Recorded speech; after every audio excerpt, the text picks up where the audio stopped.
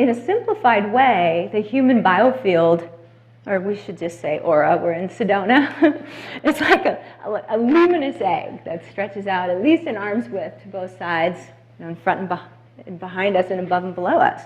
And the auric field is like rings of differing energetic densities, the densest of which is thought to directly surround the body.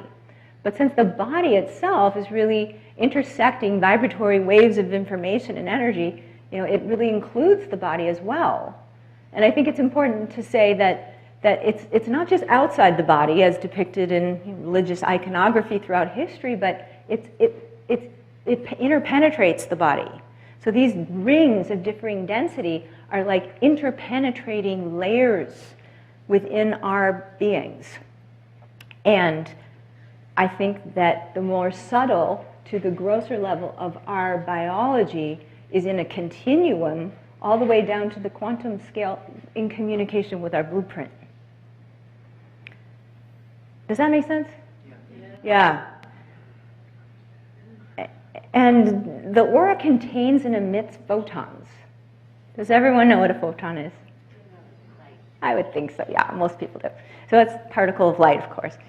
And you can measure the photon emission coming off the biofield with photon multipliers.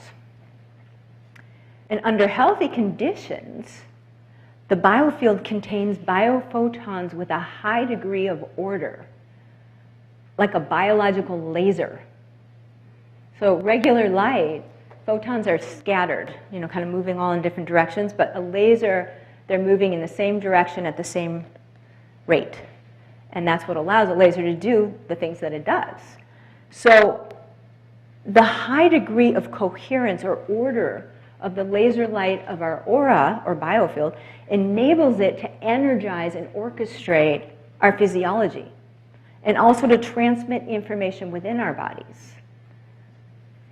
The conversations I'm having with biophysicists about this right now are just blowing my mind. Because like a laser can read, for example, a holographic plate and produce a three-dimensional image. I kind of think that's what's happening.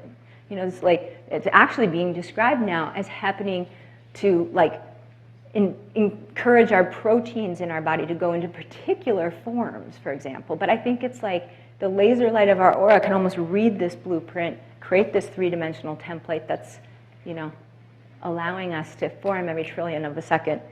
So, do you guys notice that sometimes people seem like they age at different rates? Right? Does that ever perplex you? I think about it a lot.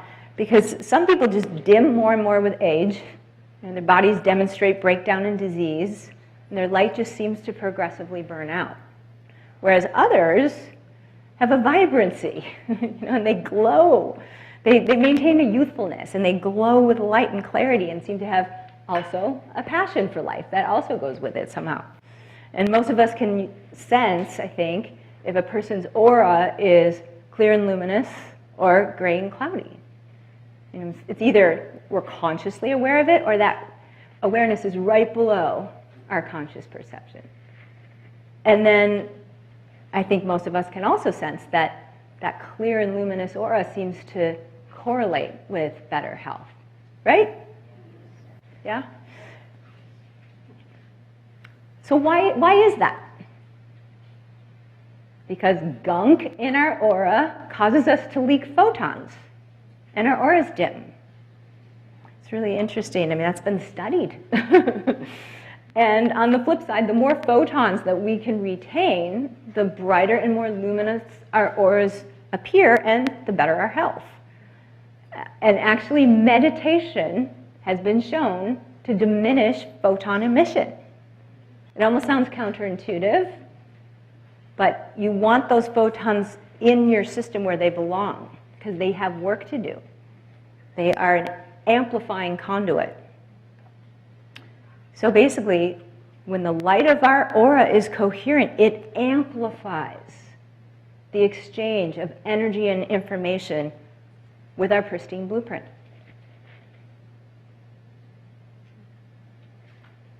See, it's so important. It's actually a technology available to every one of us. So, there's many things that contribute to the clarity of our auric field, but one important contributor is the health and clarity of our chakras. The chakras are not just esoteric, I think of them as technologies. They are subtle energetic transformers. And a transformer converts one type of energy to another. So each of our 7 major chakras are associated with a major autonomic nerve plexus and an endocrine gland.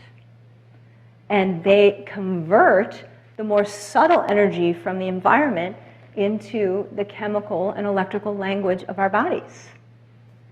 They also transform the vibrations of our emotional state, and the molecules of emotion, outward into subtle vibrations out into the world.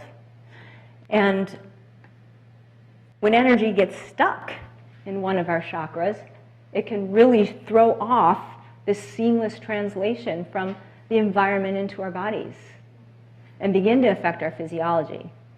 For example, like if you've got stuck energy in your 5th chakra because of maybe not being able to speak your truth, even to yourself, it can lead to a thyroid condition. And it becomes almost impossible to have a sustained resolution of a health condition if you don't do work on that energetic level. It'll just come back. So in meditation, we can become familiar with what we've stored in the energetic anatomy of our biofield and chakras, learn what it's there to teach us, and let go of what's no longer wanted. And so what's historically been viewed as these esoteric concepts are really just incredibly advanced technologies available to all of us. And without us paying attention to this, we'll never be able to achieve optimal health. It's mandatory.